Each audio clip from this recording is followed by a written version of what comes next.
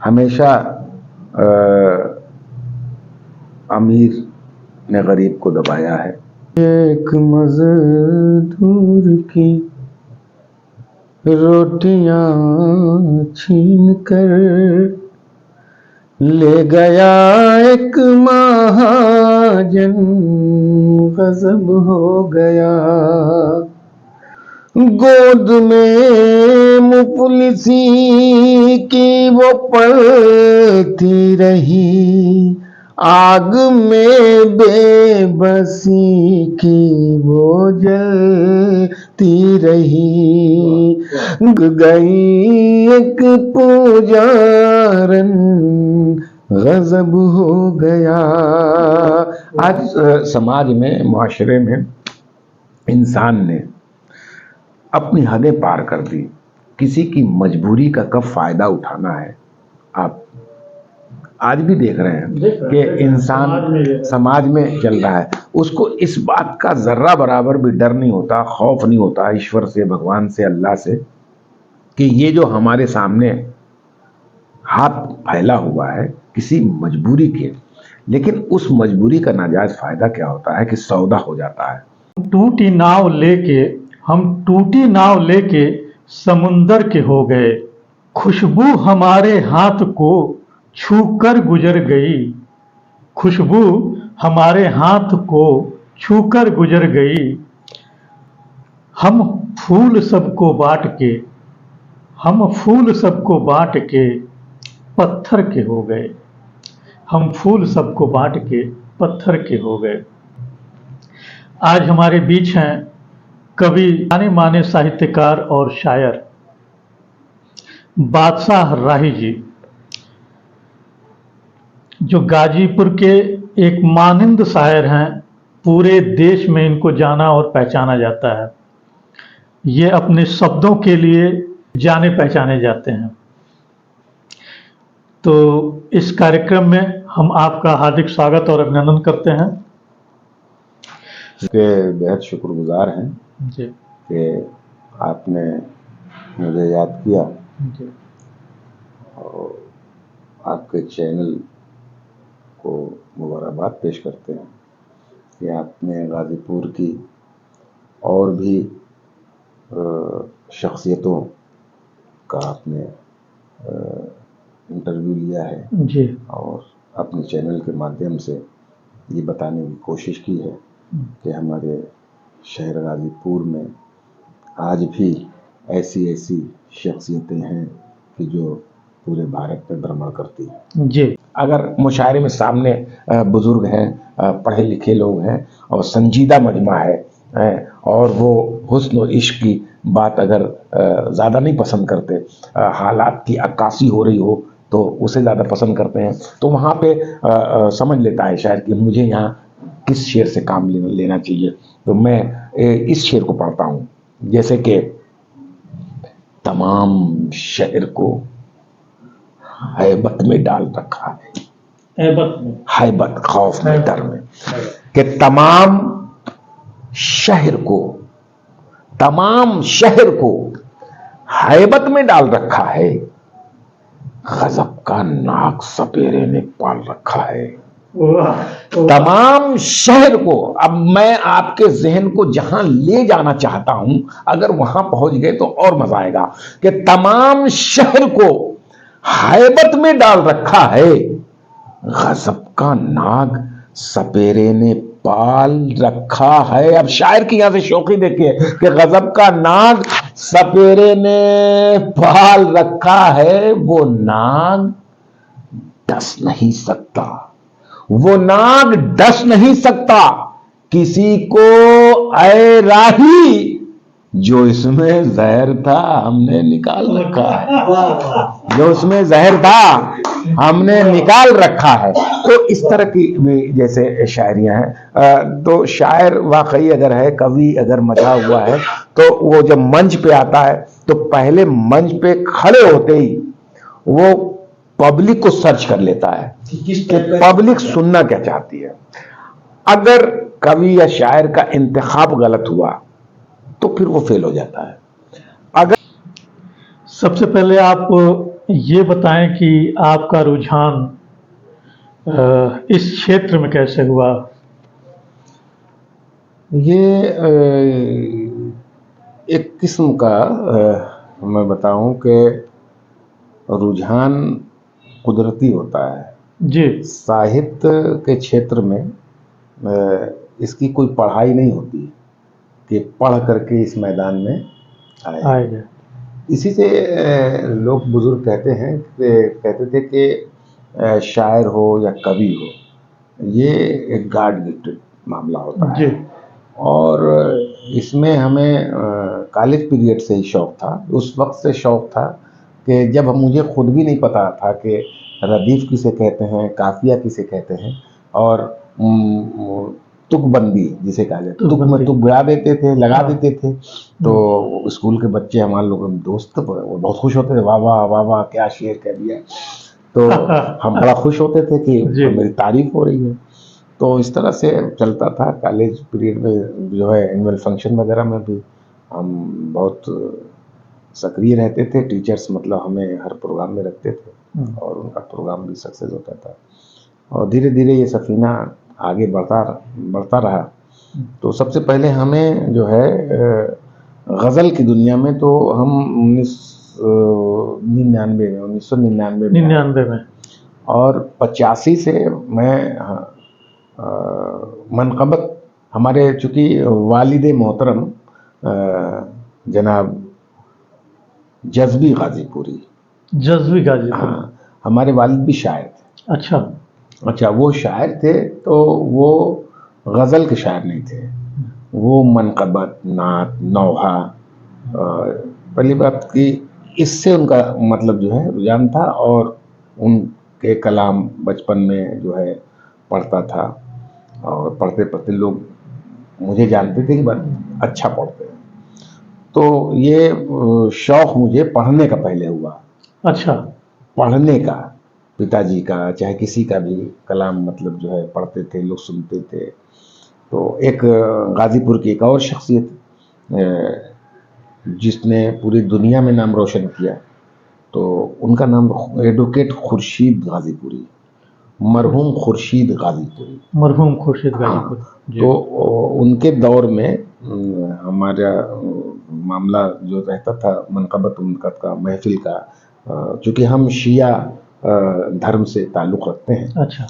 तो उसमें हम लोगों के मज़हब में मुहर्रम वगैरह में मजलिसें होती हैं और नोहे होते हैं, तो ये सब मैं पढ़ता रहता था।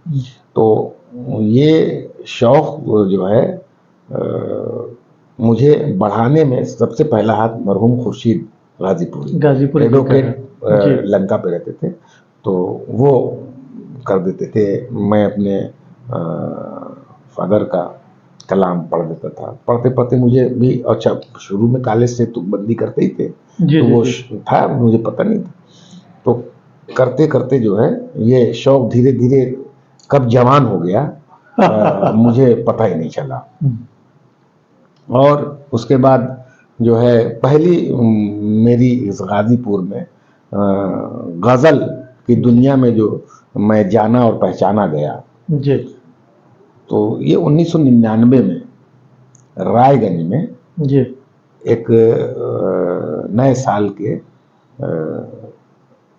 अवसर पे, जैसे होता है ना कि कल नया साल हुआ और नाइट से पहला साल बदलने वाला है, तो रायगंज में एक डॉक्टर खरे थे, उनका लड़का मेरा जो है दोस्त था, क्लास फेलो था। तो वो मुझे बचपन से जानता था कि शायरी उरी करते हैं, उनके पिताजी भी जानते थे। मुझे शहर में कोई नहीं जानता था और मैं उस वक्त तक शायरी जो है ठीक ठाक करने लगा था। ठीक ठाक मतलब फिर भी उसमें कमी रहती थी। तो उन्होंने कहा कि अब की हमारे मोहल्ले में आर्केस्ट्रा नहीं होगा, तो वो आर्केस्ट्रा पहले कराते थे रायगंज वाली गली में। आर्केस्ट्रा होता था कुछ, हाँ ये सब होता था। तो उन्होंने हमारे दोस्त थे खरे के पिताजी, मतलब जो है राकेश नाम था, राकेश का, तो उनके पिताजी ने कहा कि तुम्हारे इक़्तिदार, चूँकि वो हमको इक़्तिदार जानता, कॉलेज पीरियड का दोस्त था, तो इक़्तिदार कविता बहुत अच्छी कहते हैं। तो उन्होंने कहा कि आप इस बार कवि सम्मेलन होगा। तो उन्होंने अपने मोहल्ले से चंदा वगैरह अपना बटोरा, छोटा प्रोग्राम। मेरा पहला मुशायरा मैं आपको बता रहा हूँ, पहला कवि अच्छा। सम्मेलन, हाँ पहला कवि सम्मेलन पहला कवि सम्मेलन। मुझको कोई नहीं जानता, और मैं गजल वजल टूटी फूटी लिखता था, पढ़ता भी था। पढ़ता क्या था, कोई मंच तो था नहीं मेरे पास, जी। क्योंकि मेरे पास जो मंच था वो सब मजहबी मंच था, मजहबी मंच, धार्मिक मंच, जागरण वाला, जैसे आपको जी, समझ जी, जागरण। जागरण। अब किसी जागरण में जाकर के फिल्मी गाना तो गाएंगे, ना। देवी गीत गाएंगे ना, भक्ति गीत गाएंगे। तो उसी तरह से मेरे पास, मतलब मेरे पास मंच उस वक्त भी था, जी। और अच्छे खासे लोग, अपने धर्म के लोग मुझे जानते थे, जी। शिया कौम के लोग जो है जानते थे, उसमें जाते थे। तो वहां मैं पढ़ता होता था, लेकिन अंदर अंदर मेरे एक अलग सी आग और जल रही थी। जो वो आग भड़की रायगंज में 1999 में।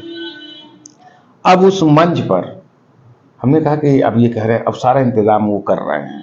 अच्छा, पेमेंट किसी को देना नहीं था, सारा लोकल प्रोग्राम, तो बस उनको इंतजाम ये करना था कि माइक का इंतजाम हो जाए, टेंट का हो जाए, कुर्सी वगैरह का हो जाए। तो ये सब रायगंज के बच्चे जो हैं हमारे, सब मैनेज कर वो मैनेज कर ले। अब तो ये जिम्मेदारी हमारे पर ये आई कि आप जो है सारे शहर के कवि जो भी हैं, हम तो जानते नहीं हैं, और आपको लाना है, आप इनविटेशन जो है। तो हमने एक कागज पे वो दावतनामा लिखा, और उस दौर में ये सब कंप्यूटर वाला बहुत चलन था नहीं। तो कागज पे हाथ से लिख करके, फला तारीख को रायगंज में कवि सम्मेलन मुशायरे का एहतमाम है, और अपने लोकल शायरों को देने के लिए, और उसकी फोटो स्टेट कराई, एक लिख के उसकी photo state, 25 copy photo state कराई।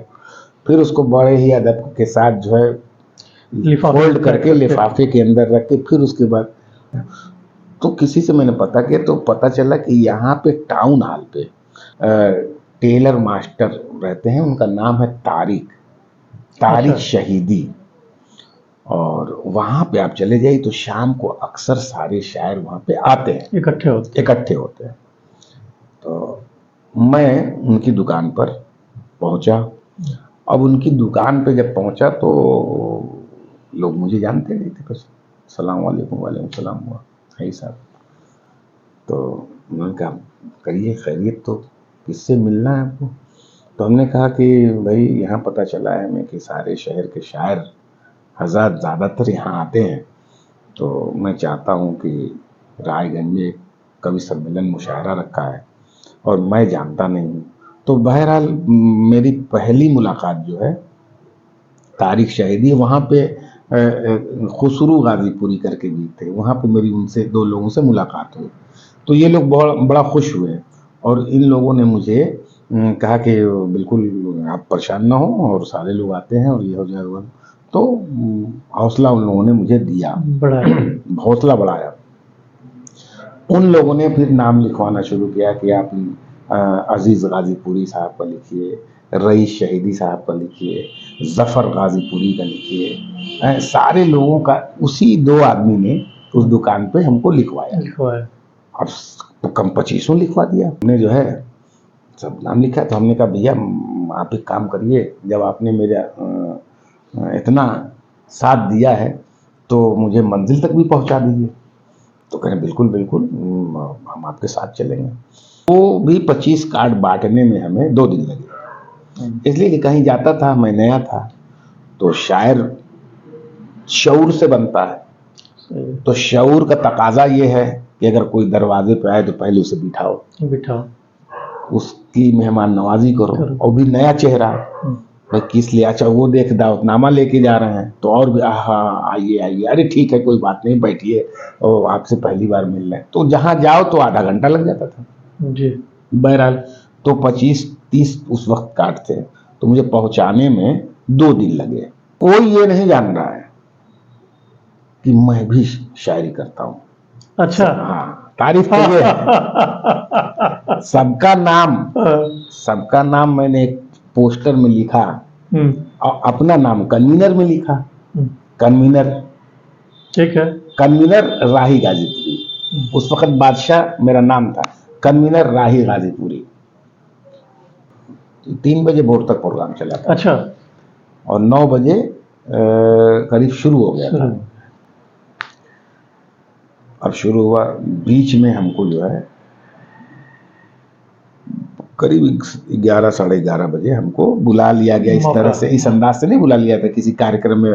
बहुत अच्छा कोई कार्यक्रम हो रहा है तो उसमें जो आयोजक होता है थोड़ा बहुत अगर शौक रखता है तो मन संचालक जो है अपनी मोहब्बत का मुजाहरा करते हुए कि तनी लिया इन्हों के पढ़ा देते हैं जी, जी, बड़ा मेहनत से जैले बस बुला दिए भाई ये भी पढ़ते हैं। तो बहरहाल मैं माइक पे आया तो सारे लोगों ने पढ़ा ही था।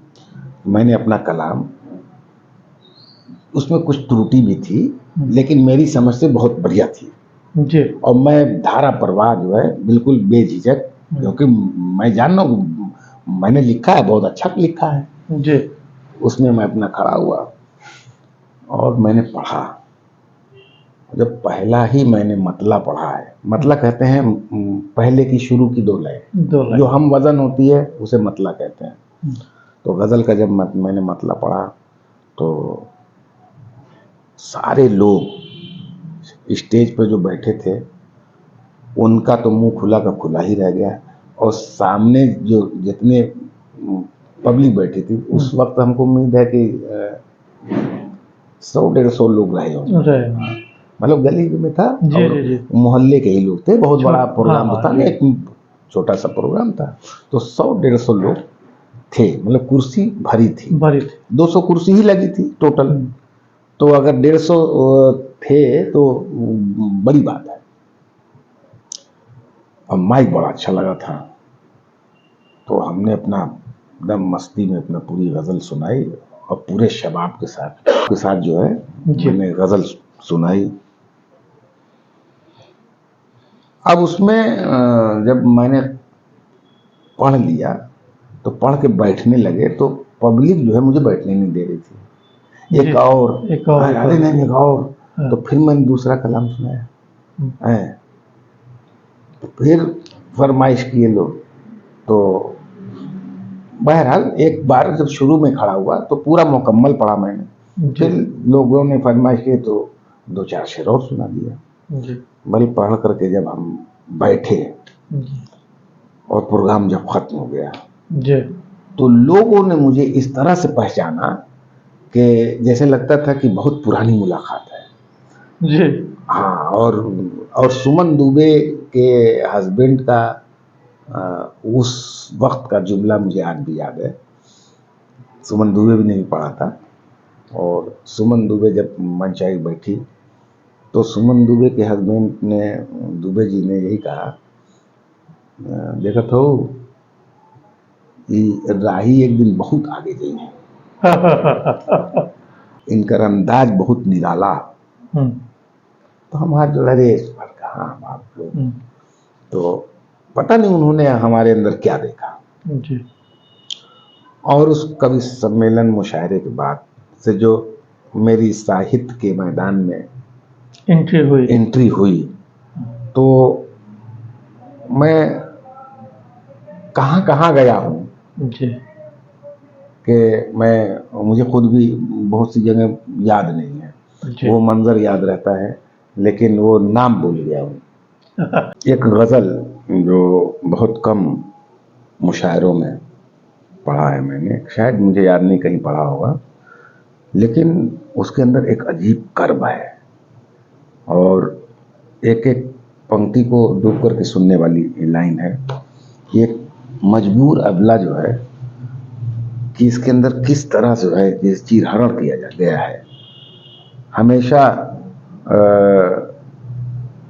अमीर ने गरीब को दबाया है, ये भाव है इसके अंदर। देखिएगा कि एक मजदूर की रोटियां छीन कर ले गया एक महाजन, गजब हो गया। एक मजदूर की रोटियां छीन कर ले गया एक महाजन, गजब हो गया बेवफाई के रंगीन माहौल में, लुट गई एक अभागन, गजब हो गया बेवफाई के रंगीन माहौल में, लुट गई एक अभागन, गजब हो गया। गोद में मुफलिसी की वो पलती रही, आग में बेबसी की वो जलती रही। गोद में मुफलिसी की वो पलती रही, आग में बेबसी की वो जलती रही। बाप की लाश को, बाप की लाश को बेकफन देख कर बिक गई एक पुजारन, गजब हो गया। बाप की लाश को बेकफन देख कर बिक गई एक पुजारन, गजब हो गया। आज समाज में, मुआशरे में इंसान ने अपनी हदें पार कर दी। किसी की मजबूरी का कब फायदा उठाना है, आप आज भी देख रहे हैं कि इंसान समाज में चल रहा है। उसको इस बात का जर्रा बराबर भी डर नहीं होता, खौफ नहीं होता ईश्वर से, भगवान से, अल्लाह से, कि ये जो हमारे सामने हाथ फैला हुआ है किसी मजबूरी के, लेकिन उस मजबूरी का नाजायज फायदा क्या होता है कि सौदा हो जाता है। आपने इस शेर में देखा कि किसी मुफलिस गरीब के बाप के पास कफन तक नहीं है और वो किसी से मदद लेने जा रही है, तो उसके साथ वो महाजन, वो अमीर ज़्यादा सौदा कर रहा है कि ये काम तो तुम्हारा हो जाएगा लेकिन इसके बदले ये करना होगा। तो शायरी में बड़ी बड़ी बातें शायर कह जाता है ढके छुपे लफ्जों में। अहले इल्म इस बात को समझ देंगे कि गोद में मुफलिसी की वो पलती रही, आग में बेबसी की वो जलती रही। बाप की लाश को बेकफन देखकर बिक गई एक पुजारन। पुजारन मतलब वो कितनी पवित्र थी। अगर उस लाइन की होती तो समझ में आती। एक पुजारन को भी अपने बाप के कफन के लिए इस समाज में बिकना पड़ा। ये है शेर का मफहूम। ये शेर भी देखिए कि घर में परी याद करती रही रात भर, घर में परी याद करती रही रात भर, उसकी परी याद का जब हुआ ना असर।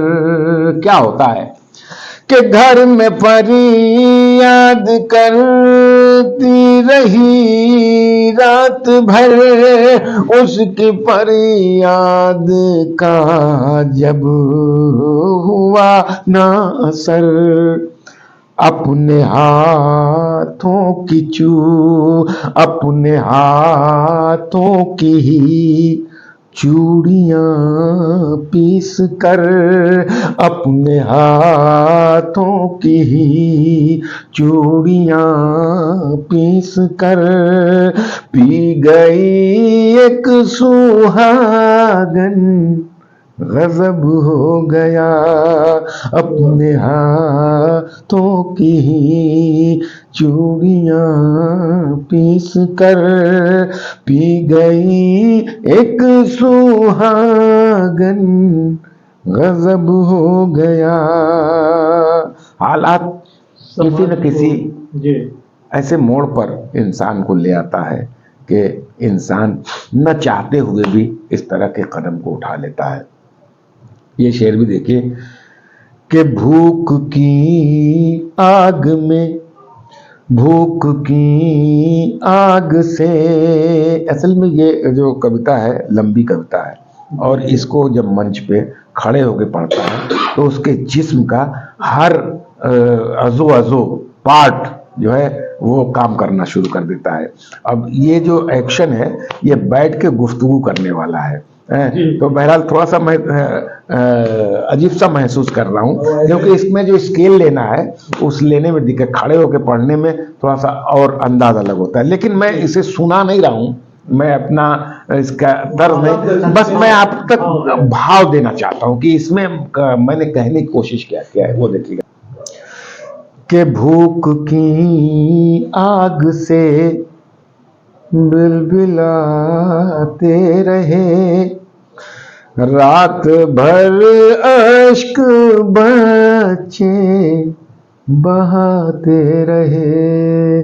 भूख की आग से बिलबिलाते रहे, रात भर अश्क बच्चे बहाते रहे। भूख की आग से बिलबिलाते रहे, रात भर अश्क बच्चे बहाते रहे।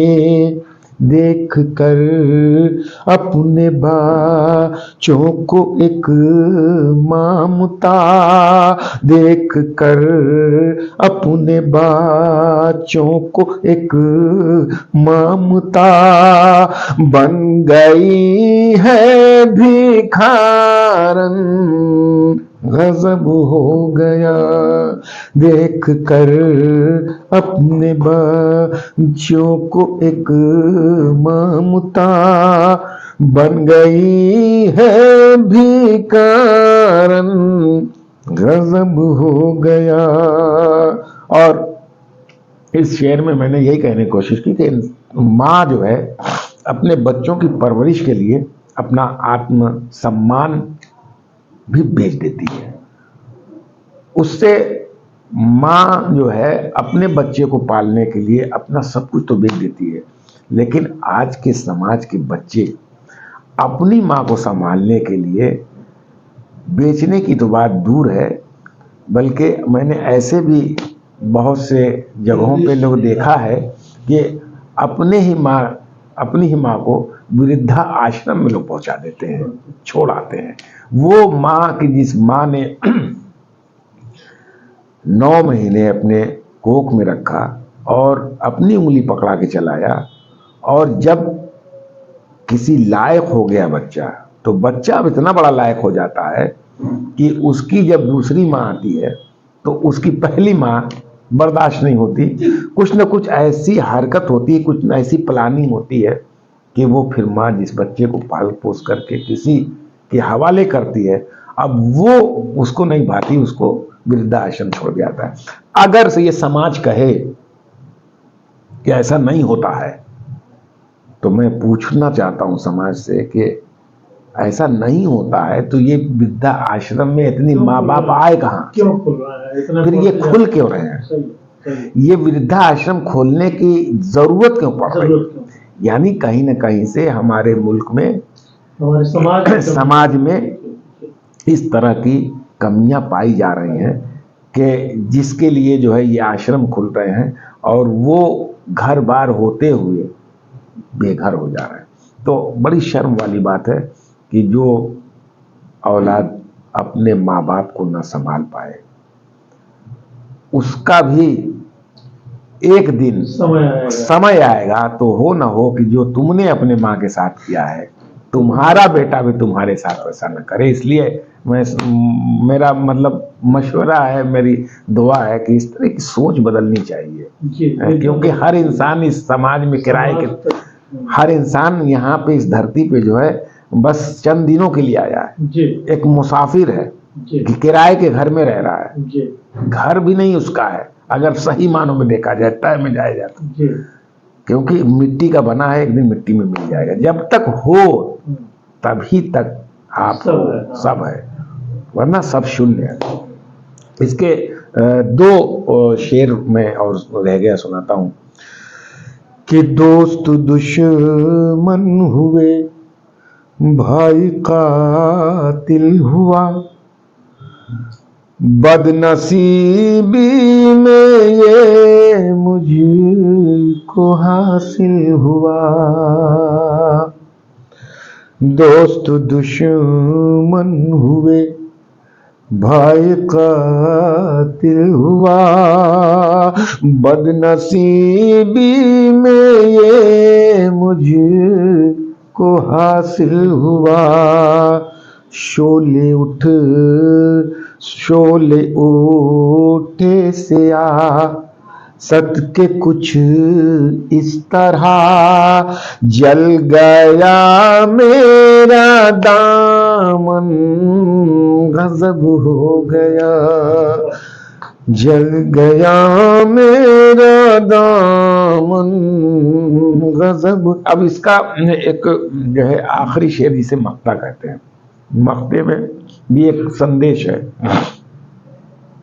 समाज को एक संदेश है। देखिएगा कि राही निकला था मंजिल की मैं चाह में, कोई अपना पराया न था राह में। राही निकला था मंजिल की मैं चाह में, कोई अपना पराया न था राह में। मैं गरीबी के गहरे समुंदर में था, मैं गरीबी के गहरे समुंदर में था, बट गया घर का आंगन, गजब हो गया। मैं गरीबी के गहरे समुंदर में था, बट गया घर का आंगन, गजब हो गया। एक मजदूर की रोटियां छीन कर ले गया एक महाजन, गजब हो गया। बेवफाई के रंगीन माहौल में लुट गई एक अभागन, गजब हो गया। तो इस तरह की पंक्तियां, इस तरह की कविताएं, हर कवि के पास कुछ ऐसा कलाम होता है कि वो हर जगह नहीं सुनाता, वो जानता। अब इस कविता को मैं मंच से पढ़ूंगा तो मंच में ये पसंद नहीं की जाएगी, वो इसलिए कि लोग इसमें सब मुसीबत है, इसमें समाज चीरहरण है। अब यहाँ जो है आज के मुशायरे में पसंद क्या करते हैं, तो कवि और शायर बखूबी समझता और जानता है कि माहौल कैसा है। आज का जो मुशायरा कहाँ से शुरू होता है, मुशायरे में पसंद क्या करते हैं, वो सिर्फ 4 मुक्तक सुना करके यहाँ से अपनी बात को ख़त्म करता हूँ कि ये हमने सुनाई, ये कलाम मैंने गोष्ठियों की कहा। जैसे चंद लोग होते हैं, 10-20 लोग बैठे होते हैं, गोष्ठी, कवि काव्य गोष्ठी, उसमें ये खूब पसंद की जाती है और बहुत सराहा जाता है।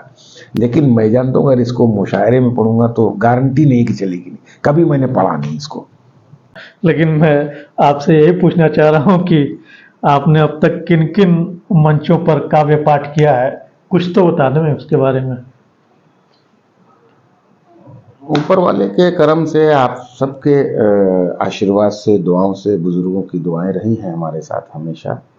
और मैंने मनक़बत और नात गज़ल के इस मैदान में हिंदुस्तान के मुख्तलिफ शहरों में, जैसे कलकत्ता बराबर जाना हुआ है, जी बॉम्बे भी गए हैं, हैदराबाद पढ़ा है, बेंगलोर में पढ़ा है, और भी मुख्तलिफ बहुत से जगह पे मैं काव्य पाठ कर चुका हूँ जी और करता रहता हूँ।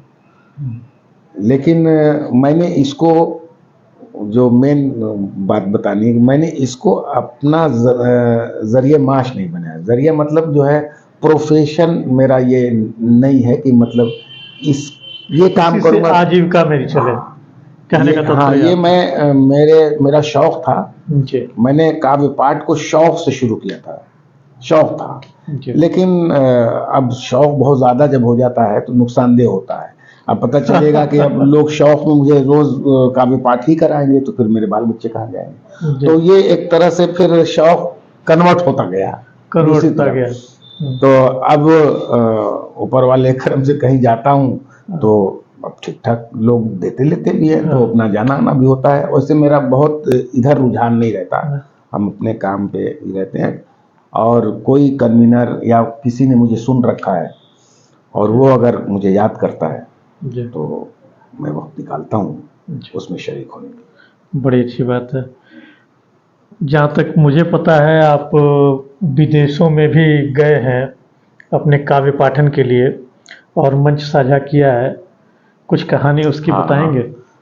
मैं विदेश में भी काव्य पाठ करने का सौभाग्य जो है, अवसर मिला है। ये करम है जी ऊपर वाले का कि 2018 में एक प्रोग्राम नजफ में और करबला में, जी तो हम विदेश का जो सफ़र हमारा हुआ वो वहाँ मैं मनक़बत के प्रोग्राम में गया था। काव्य पाठ की विधाएं अलग अलग हैं, जी जी जी गज़ल की दुनिया अलग है, जी नात अलग है, मनक़बत अलग है, जी लेकिन ये सब काव्य पाठ में आएगा। जी अगर हिंदुस्तान से कोई विदेश जाता है जी गज़ल के मुशायरे में, जी तो वो भी हिंदुस्तान का नाम करता है। नाम करता है। और अगर हिंदुस्तान से कोई नात खां विदेश में जाके नात पढ़ता है जी तो वो भी हिंदुस्तान के परचम को ऊंचा करता है।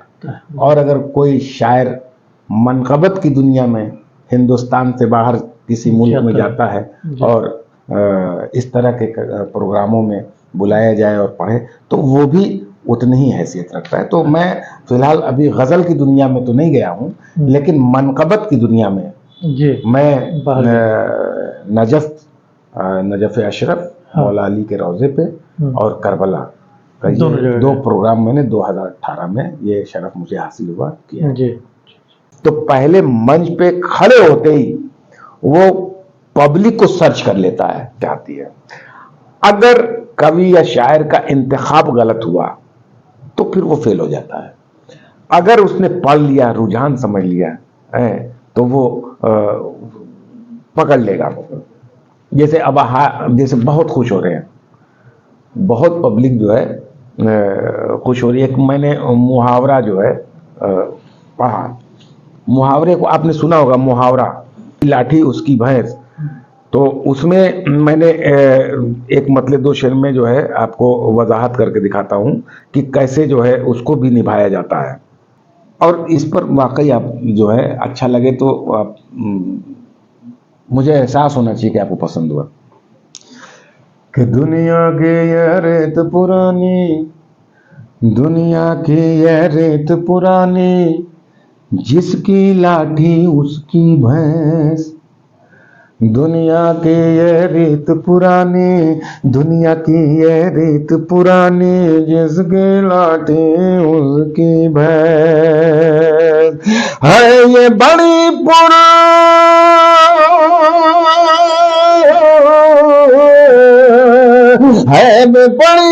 है ये बड़ी पुरलुत्फ कहानी, जिसकी लाठी उसकी भैंस। दुनिया की ये रीत पुरानी, जिसकी लाठी उसकी भैंस। और ये शेर देखिए कि अज़्म जमा हो गर तो मंजिल कोई भी दुश्वार नहीं।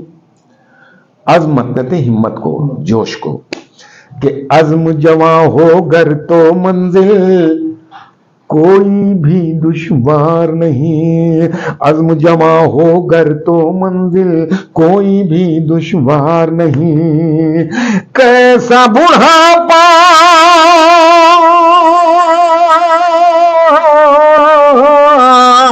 कैसा बुढ़ापा कैसी जवानी, जिसकी लाठी उसकी भैंस।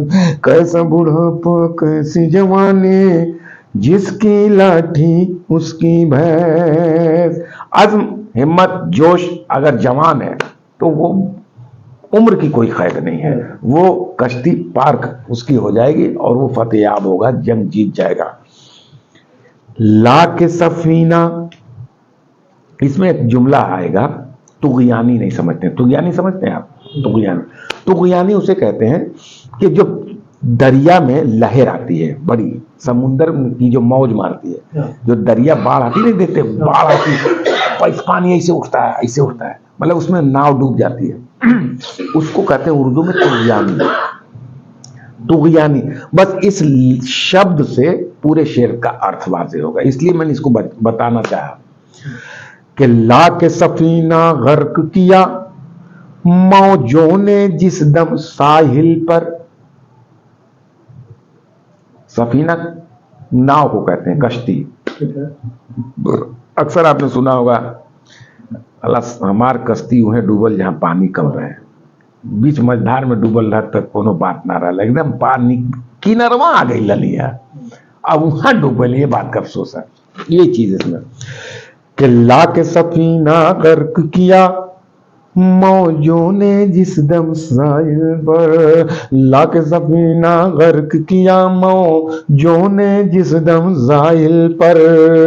बोली दरिया की तुग़यानी, जिसकी लाठी उसकी भैंस। बोली दरिया की तुग़यानी, जिसकी लाठी उसकी भैंस। और मडलाते बल खाते देखा गुलशन में जब भौरों को। मडलाते बल खाते देखा गुलशन में जब भौरों को। बोल उठी एक रात की रानी, जिसकी लाठी उसकी भैंस। बोल उठी एक रात की रानी, जिसकी लाठी उसकी भैंस। राही तुझे कितना समझाया, फिर भी तुझको होश नहीं। राही तुझे कितना समझाया, फिर भी तुझको होश नहीं। कहती है तुझसे मनमानी, जिसकी लाठी उसकी भैंस। दुनिया की ये रीत पुरानी, जिसकी लाठी उसकी भैंस। बात है।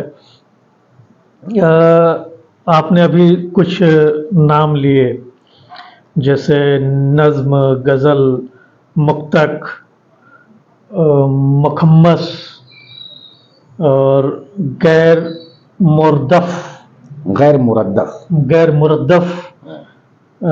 आज़ाद नज्म, मिसरा और मख्ता। ये इनका मतलब क्या है? थोड़ा थोड़ा दो लाइन में जरा समझा दें। देखिए, पहला आपका सवाल ये था कि आपने नज्म, गजल, मुक्तक, छंद, मुखम्मस, गैर मुरद्दफ, तो ये सब विधाएं हैं।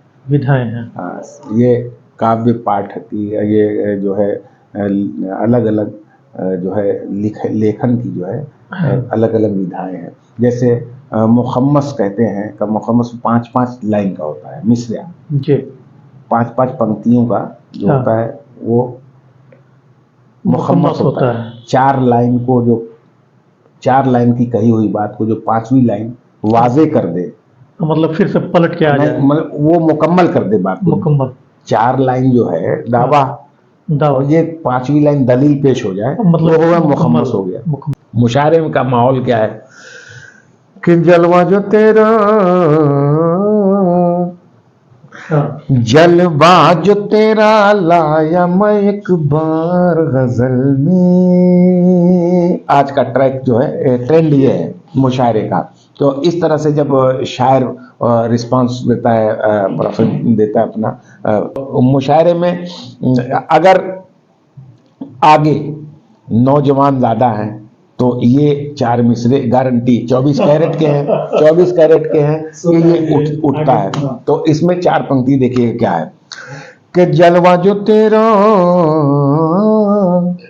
जलवा जो तेरा लाया मैं एक बार गजल में,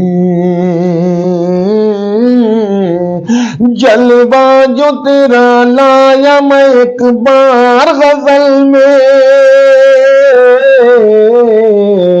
आने लगी पाजेब की झनकार गजल में, आने लगी पाजेब की झनकार। अब ये जो झनकार है ना, इसमें पब्लिक समझती है कि पाजेब सही में बज रही है, तो पब्लिक तुरंत जो है उठा लेती है इस मतले को। अब इसमें शेर है एक मिसरा, 2 मिसरे और सुनने कि मुझको ही नहीं इश्क कलम को भी है तुझसे, कलम को भी है तुमसे, मुझको ही नहीं इश्क कलम को भी है तुमसे, लिखता है तेरा नाम ही हर बार गजल में, लिखता है तेरा, लिखता है तेरा नाम ही हर बार गजल में। अब बहुत अच्छे हो गया जी। छंद 6-6 मिसरे का होता है। अच्छा 6-6 मिसरे, 4 मिसरे में एक बात बांधी जाती है, भूमिका होती है जी, और 5वीं या 6वीं लाइन में जो है उसका उत्तर होता है, उत्तर उसको, होता है। उस बात को, उस अध्याय को समाप्त किया जाता समाप्त है। कर दे, तो वो हो गया छंद हो गया, छंद हो गया। जी। और जो है गैर मुरद्दफ, गैर मुरद्दफ, गैर मुरद्दफ में कायद नहीं होती, वो आजाद होता है, रदीफ नहीं होती, वही रदीफ होती है, वही खाफिया होता है। जी। तो मतलब उसमें आदमी आजाद होता है, बंद के नहीं चलता, बंद के जो कहना चाहे वो हाँ, कह गैर सकता है। मुरद्दफ है। आप जी। अपने सिर्फ ख्याल को बांधते हुए आप आगे बातें कह बढ़ते हैं। सकते हैं, नज्म होती है, जी। नज्म कहते होते हैं कि किसी उन्वान को, जी, किसी मौजू को लेकर के आपको कहना है, उस मौजू से नहीं हटना है, उसे कहते हैं नज्म। नज्म कि मतलब एक मंजर को नज्म में मंजर कशी कर दी, कर दी, उस पर आपने कलाम किया। अच्छा, गजल जो होती है, गजल असल में तो महबूब से बात करने को कहते हैं गजल। गजल, गेसू, रुखसार अपने महबूब से जो गुफ्तगू करे उसको गजल कहते हैं, गजल कहते हैं। गजल जो है हुस्न इश्क, जी, प्यार मोहब्बत की बात, जी, आशिक अपने माशूक से जो है जो बात कहे, बातें करता है तो वो गजल। लेकिन आज के ज़माने में आप कवि सम्मेलनों में चाहे मुशायरों में हम कहते ज़रूर हैं कि गज़ल का मतलब सुनिए, लेकिन हमने पहले ही मतले में जो है हालात की अक्कासी करते हैं। मंजर कशी क्या करते हैं कि कहीं बम फट गया उस पर शेर सुना रहे हैं, कभी कहीं कुछ हो गया उस पर। तो वो गजल नहीं है, एक तरीके से एक गजल नहीं है, वो जो है हालात हाजरा है, हालात हाजरा है, लेकिन कहता सब गजल का मतलब सुनिए। अच्छा, गजल में मान लीजिए अगर कह भी दिया तो एक आध शेर जो है रोमांटिक आ जाता है, तो उसमें मुनफरिद फिक्र के अशार आते हैं। जी। आज के ज़माने के जो है अशार जो हम लोग कह रहे हैं, तो उसमें अलग अलग फिक्र के। एक गज़ल में हालात हाजरा भी है, महबूब से गुफ्तगू भी हो रही है, महबूब की आँख की तारीफ भी कर दिया, जुल्फ की भी तारीफ कर दिया है। उसी गज़ल के अंदर जो है कहीं बम बारूद भी आ गया। तो इस तरह से मतलब चलता है, खिचड़ी हो गया है। खिचड़ी हो गया। आपने बड़े विस्तार से इन चीज़ों को बताया है, लेकिन अभी आपकी बातें कुछ अधूरी हैं, ये मुलाकात अधूरी है।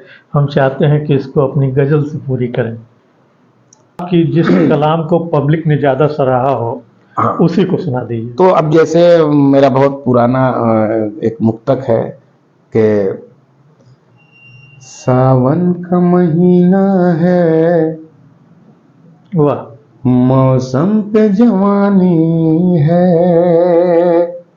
वाह, सावन का महीना है, मौसम पे जवानी है, ऐसे में मोहब्बत की एक शम्मा जलानी है, अश्कों को हथेली पर, अश्कों को हथेली पर रख कर तो मेरे देखो, जम जाए तो खूने दिल, बह जाए तो पानी है, बह जाए तो जम पानी। जाए तो खूने दिल। तो ये मैंने, जैसे आपने पूछा कि कौन सा आपका बहुत, तो मैं कहीं मुशायरों में जाता था तो अपनी इस मुक्तक से जो है आगाज करता, शुरुआत करता था। तो इस पे मुझे पूरा भरोसा हो चुका था कि ये वाला मैं पढ़ूंगा तो पब्लिक दाद देगी। तो हर शायर यही करता है कि first impression and last impression. तो पहला इंप्रेशन अगर अच्छा पड़ा तो आखिर वाला हल्का भी रहेगा तो उसको भी पब्लिक जो है सराहेगी, और जो पहले ही फेल हो जाता है तो उस पे फिर गारंटी नहीं होती कि उठा पाएगा। तो ज्यादातर मुशायरों में मैं इससे कलाम को उठाता था, नहीं तो फिर इस तरह से भी उठाता था कि बहुत मगरूर होता जा रहा है। छोटी बड़ी बहुत पुराने कलाम सुना रहा हूँ, अभी इधर के कुछ भी नहीं सुना रहा हूँ जी, पुराने, कि बहुत मगरूर होता जा रहा है, वो मुझसे दूर होता जा रहा है, बहुत मगरूर होता जा रहा है, वो मुझसे दूर होता जा रहा है, दिया है। ये पूरा कलाम है, इसका बस एक मतलब अब तक मैं सुना रहा हूँ कि बहुत मगरूर होता जा रहा है, वो मुझसे दूर होता जा रहा है, दिया है जख्म जो राही को तुमने, वो अब नासूर होता जा रहा है, वो अब नासूर होता जा रहा है। और बहुत सारे इस तरह के हमारे कलाम मैं जो पढ़ता रहता हूँ कि जैसे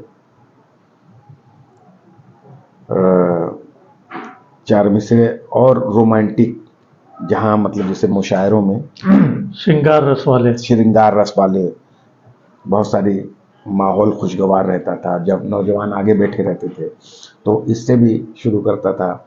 अच्छा, इसको जब भी पढ़ता था तो तरन्नुम में पढ़ता था, क्योंकि छोटी बहर में है और तहत में तरन्नुम माने गा करके।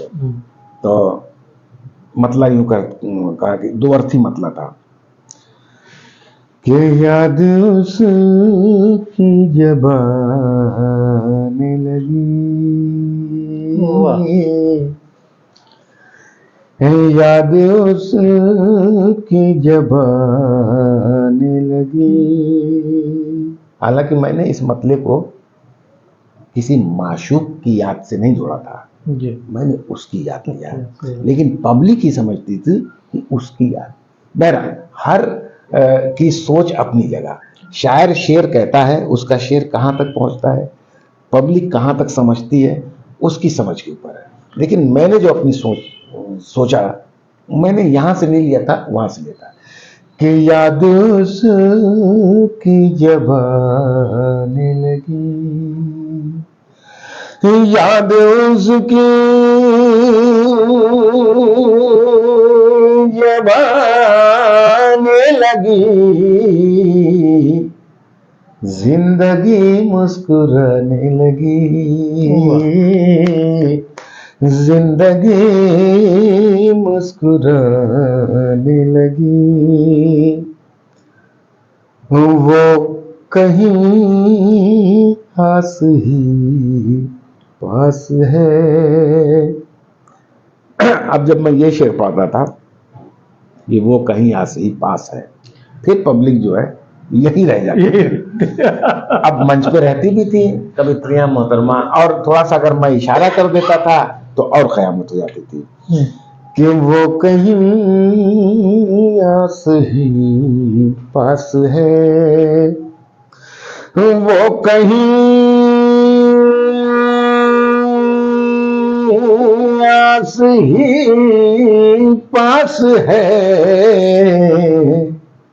उसकी खुशबू बताने लगी, वाह वाह वाह, उसकी खुशबू बताने लगी। और इसमें, इस गजल में बहुत सारे शेर हैं, लेकिन जहां से मुझे याद आ रहा है मैं सुना रहा हूं। इस शेर पे मुझे दाद मिलती थी, लिहाजा जिस शेर पर दाद मिलती है शायर को वो शेर ज़हन में हमेशा याद हो जाता है। तो जब मैं इसको पढ़ता था, उसकी खुशबू बताने लगी, मैं शराबी नहीं था मगर, तो जितने शराबी बैठे रहते थे खुश हो जाते थे कि हमारे काम वाली बात हो रही है कि मैं शराबी नहीं था मगर, मैं शराबी नहीं था मगर, बेवफाई पिलाने लगी, वाह वाह, बेवफाई पिलाने लगी।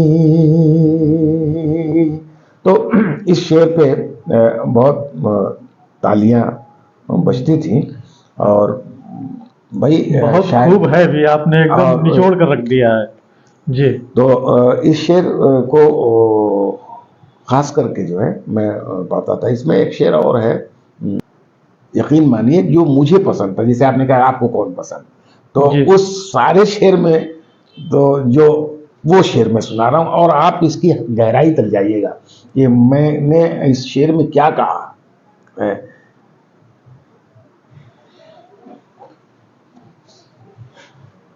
कि हक बयान पे जब आ गया, सानी मिसरा देखिएगा, मिसरा कहते हैं लाइन को, नीचे वाली लाइन, उसको हक बयान पे जब आ गया, हक बयान पे जब आ गया, हक बयान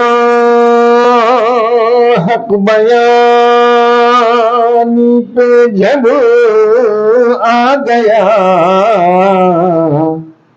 मुझको दुनिया सताने लगी, मुझको दुनिया सताने लगी, याद उसकी जब आने लगी, जिंदगी मुस्कुराने लगी। तो ये छोटी बहर में मुझे बहुत ज़्यादा पढ़ता था, लेकिन बाद में धीरे धीरे जैसा माहौल बदलता गया तो फिर गज़लें हैं, फिर न जाने कितनी गज़लें हैं मेरी हैं। तो कई शौराओं ने जो तबाज़माई की, शुरू में तो काफ़ी कसीर मजमा था, लेकिन धीरे धीरे जो है लोग छटते चले गए। तो 12-14 लोग जो है मुकम्मल कर पाए जी, जिसको दीवान कहते हैं। जो अलिफ से लेके बढ़िए तक पर गज़ल कह लेता है जी, तो उसका होता है मुकम्मल दीवान। अच्छा, तो ये सारे लोगों का कलाम ले करके एक किताब में बनाया, उन्होंने छपवाया, अच्छा, आसी साहब ने जी, हैं, और उसको एकजा हो गई। तो कम से कम 12 या 14 लोग हैं उसके अंदर, जिसमें एक मैं भी हूँ, ये मेरा भी एक दीवान। तो यानी मेरा जो है मजमूए कलाम आने से पहले दीवान आ चुका है। वाह वाह पहले वाह। मजमूए कलाम उसको कहते हैं कि जो मुख्तलिफ सिंफ की शायरी होती है, थीम होती है, गजल भी है, छंद भी है, मुक्तब सब भी तरीके की, है, सब हाँ, तरीके सेहरा भी है। जी। यानी दुनिया में किसी को लेटर भी लिखा तो उसको भी लिख दिया कि मैं कभी इस तरह से लेटर लिखता था, जी हैं? जी जी। तो उसको सब करके एक मोटी किताब, उनकी एक जीवनी होगी, एक मोटी मोटी किताब होगी। और दीवान उसी को कहते हैं कि जो एक सिस्टम से आता हो, जो सीढ़ी से एक के बाद एक के बाद एक के बाद छत पर चढ़ता हो, चलता और कोई छलांग मार के छत पर चढ़ जाता है, तो वो एक अलग मैटर होता है। तो बहुत सारे शोराओं की जो है आज किताबें आ रही हैं, वो मजमूए कलाम है। मजमूए कलाम। उनके मतलब जो है, जो उन्होंने 10 साल में 20 साल में कलाम कहे, उनको इकट्ठा के छपवा दिया, तो छपवा दिया तो वो साहिब किताब हो गए। और ये एक ऑनलाइन मुशायरा चला, जी अपनी फिक्र नहीं है, ऑनलाइन मुशायरा चला, और इसमें हर हफ्ते या महीने एक मिसरा मिलता था, उस मिसरे तरह पे कलाम कहना होता था। कहना होता। हाँ, और उसमें एक डेट निर्धारित होती थी कि इस तारीख को सब लोग पोस्ट करेंगे, तो वो सारे लोग उस मिसरे पे अपने अपना कलाम अपने वक्त पर पोस्ट करते थे। भाई हमारा 8:05 पे है, किसी का 8:10 पे, तो लोग उसको हाँ, ताकि सब पढ़े, हाँ, सब पढ़ ऑनलाइन सकते ऑनलाइन उसको पोस्ट करते थे ग्रुप में, तो ये सब एक दूसरे को पढ़ते थे और एक दूसरे को दादो तहसीन देते थे, जिसका शेर अच्छा होता था। तो उसमें के जो लोग अच्छे, जिन जिन लोगों के अच्छे अच्छे कलाम होते थे, तो वो इकट्ठा होता गया।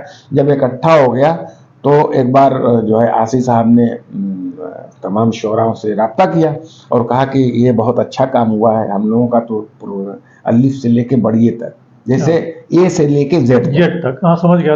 अलिफ से बढ़िए, यानी ए से लेके ए बी सी डी, मतलब सब पर जी जी, मतलब रदीफ रदीफ जो है ए से लेके जेड तक। हाँ, वो हमारा कलाम है जी। और मेरा ही नहीं, उसमें और लोग अभी कलाम है, किताब है जो 11 लोग आप बता रहे हैं। हाँ, 11-12 लोग हैं इसमें। दीवाने शोराए हिंद, जी, ये नाम है, दीवाने शोराए हिंद। हाँ, हिंदुस्तान के साहिबे दीवान, ये हुआ मतलब हिंदुस्तान के साहिबे दीवान। ये उन्होंने एक शीर्षक दिया किताब का। बल कम से कम 4 किताब छपने भर मैटर छांट के रखा हुआ है, तैयार है, बस छपनी है। कुछ मसरूफियत की वजह से जो है मैं इधर अभी वक्त नहीं ले रहा, लेकिन वो कलेक्शन मेरा कंप्लीट है। बस हर चीज का एक समय होता है। अच्छा, मैंने इसलिए मेरे जो गजल के उस्ताद हैं जी, वो मरहूम अजीज गाजीपुरी है। मरहूम अजीज गाजीपुरी, एक बड़ा नाम, लाल किले पे भी उन्होंने मुशायरा पढ़ा। अच्छा, पूछा मरहूम अजीज गाजीपुरी साहब ने कि राही साहब आपके उस्ताद कौन है? तो हमने कहा मेरा कोई उस्ताद नहीं, और मैं बस अपना लिखता हूँ, और माशाल्लाह बहुत अच्छा आपने पढ़ा है, इसमें कोई फिर उन्होंने मुझे अकेले में कहा कि बरखुदार आपके कलाम में 2-3 जगह खामियां हैं। तो हमने कहा कि क्या खामी है, पूछा मैंने, तो उन्होंने बताया। तो उन्होंने कहा कि ये है। तो उस वक्त चूंकि मुझे नहीं समझ में आई बात, तो उन्होंने कहा कि आप को किसको उस्ताद मानते हैं? तो हमने कहा अभी तक तो नहीं माना किसी को, आप ही बन जाइए मेरे उस्ताद। दूसरे दिन ही सुबह 9 बजे पहुंच गए उनके यहाँ। तो हम क्या, भाई मैं आपको उस्ताद तस्लीम करता हूँ, आज से आप मेरे उस्ताद हैं, और हमारा और आपका रिश्ता जो है उस्ताद शागिर्द वाला रहेगा, आपको हक है हमारे ऊपर।